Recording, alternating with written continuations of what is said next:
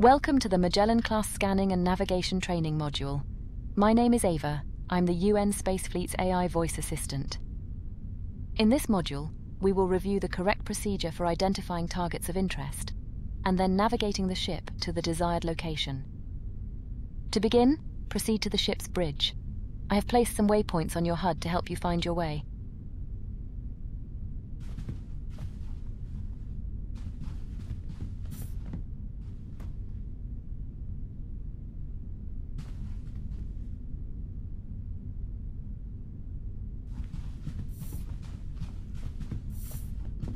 Welcome to the bridge. This is the ship's nerve center, where you have command and control over any ship system. Right now we're interested in the sensors, so make your way over to that console and take a seat. This station is responsible for scanning space around the ship and highlighting any targets of interest for the command staff. Before we perform any scans, however, let's take a look at the different sensor modes available to us. The Galactic Position mode makes use of the standard UN Galactic Positioning System and simply shows us our location relative to the Milky Way galaxy. The Stellar Region mode employs the long-range sensors to detect information about star systems within a 50 light-year radius of the ship. The Star System mode uses the short-range sensors to provide a more detailed overview of the star system we are currently in, with a maximum range of about 1 light-year. Go ahead and press that button now. The range controls allow you to fine-tune the display range of the sensors, which makes it easier to focus on particular objects of interest, or to gain a high-level overview of the current star system. The central panel lists all of the valid objects in range, which you can click on to select as a target. Go ahead and click a few different targets now. You'll notice that the Target Information panel displays more detailed information about your selected target. Once you are happy with your selection, press the Send to Helm button to make the target coordinates available to the Helm console for navigation. Now head over to the Helm console and take a seat. From here, we will navigate the ship to your chosen target.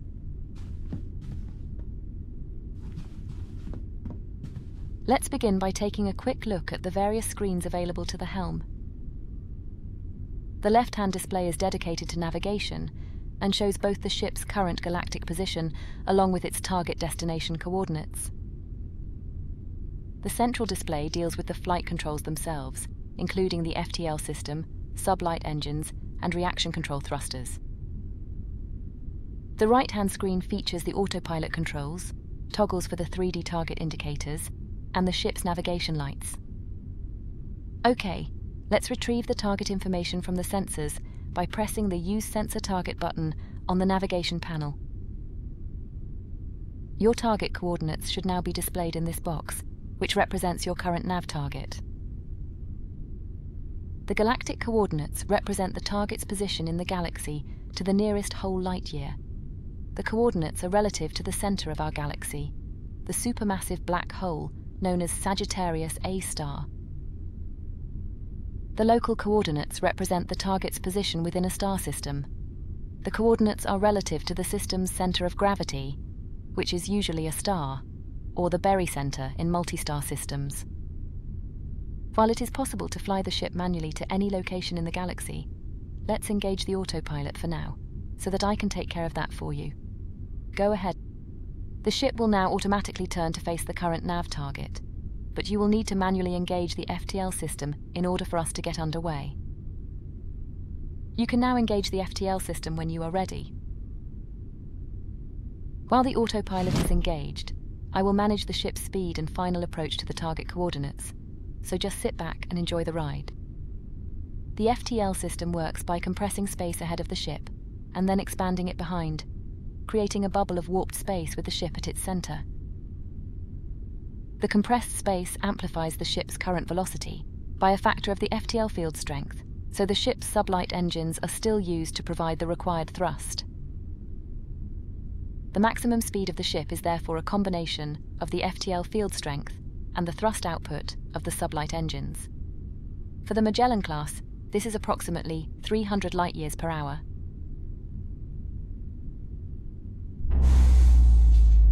Okay, It looks like we have arrived at the target coordinates. Now that we've seen what the ship can do over a relatively short distance, let's pick a target that's much further away. Head on over to the sensors console again and take a seat.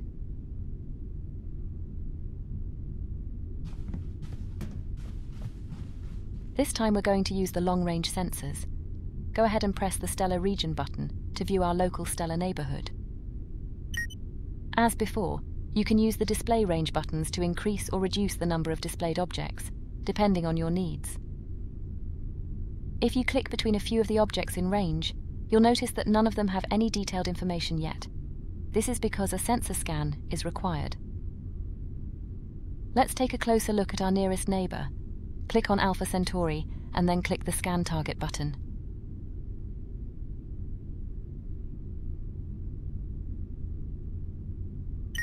You'll notice that the Target Information panel now gives us a high-level overview of the targeted system, including important data points, such as the extent of the habitable zone. This information can be used to determine if a star system is worth closer inspection. For example, if a planet exists in the habitable zone, you'll need to use the short-range sensors from within the system itself to determine if that planet can truly support life. Select one of the planets in the system that you'd like to take a closer look at, and then press Center Helm as we did before.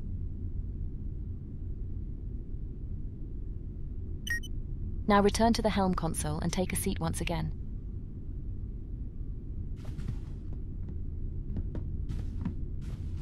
Press the Use Sensor Target button again on the navigation panel to set our new nav target. Now engage the autopilot again to orient the ship to the new target coordinates. And now, engage the FTL system so we can get underway. Our previous journey was merely interplanetary, but we're now leaving the Sol system behind and entering interstellar space. The Milky Way galaxy is a vast and mysterious place, where even light takes over 4 years to reach our nearest stellar neighbor. Thanks to recent breakthroughs in FTL technology, however, we can now make that same journey in around 1 minute. Even so, at our maximum speed of 300 light-years per hour, it will still take over 2 full weeks to fly from one side of the galaxy to the other. That's a distance in excess of 100,000 light-years. Our galaxy contains hundreds of billions of star systems that are waiting to be explored, in addition to countless other stellar phenomena that we don't even have names for yet. This ship and her crew are tasked with exploring distant new worlds, seeking out new life in all of its diversity, and making peaceful first contact with any intelligent species that are encountered along the way. The galaxy can also be a dangerous and unforgiving place, so as we tread cautiously into the unknown, we should remain mindful of any potential dangers lurking in the dark. We're not far from our destination now, so sit back and enjoy the view while I handle the final approach.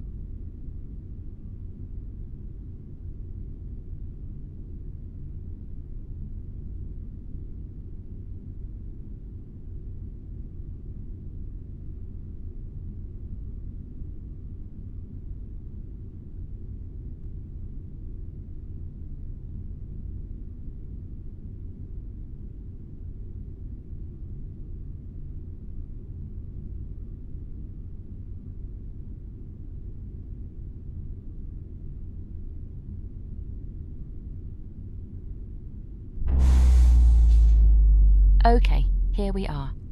You are now looking at an entirely new world, bathed in the light of another star. At this distance, our home is now just another point of light in the darkness of space. Does life exist here? What new things can we discover on this world? These are the questions that this ship was designed to answer. This concludes the scanning and navigation training module. You are free to continue exploring if you wish, but please be aware that your progress will not be saved. Thank you, and goodbye.